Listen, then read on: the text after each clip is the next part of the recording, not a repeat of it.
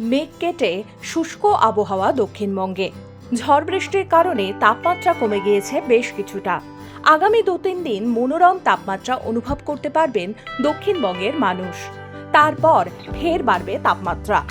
এই সপ্তাহের শেষেই তাপমাত্রা ছুঁয়ে ফেলতে পারে 30 ডিগ্রি সেলসিয়াস। উইকেন্ডে কলকাতার সর্বনিম্ন তাপমাত্রা 24 থেকে 25 ডিগ্রি সেলসিয়াস এবং সর্বোচ্চ তাপমাত্রা 30 ডিগ্রি সেলসিয়াসের বেশি হবে বলে জানিয়েছে আলিপুর আবহাওয়া অফিস। রাতের তাপমাত্রা 21.2 ডিগ্রি সেলসিয়াস।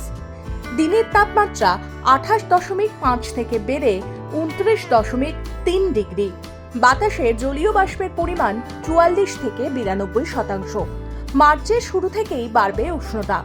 মার্চের মাঝামাঝি ভালো রকম গরম অনুভূত হবে কলকাতা সহ দক্ষিণবঙ্গে।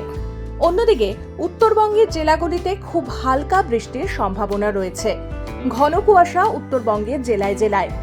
আজ ও শুক্রবার ফের বৃষ্টি হতে পারে দার্জিলিং কালিম্পংয়ের পার্বত্য এলাকায়।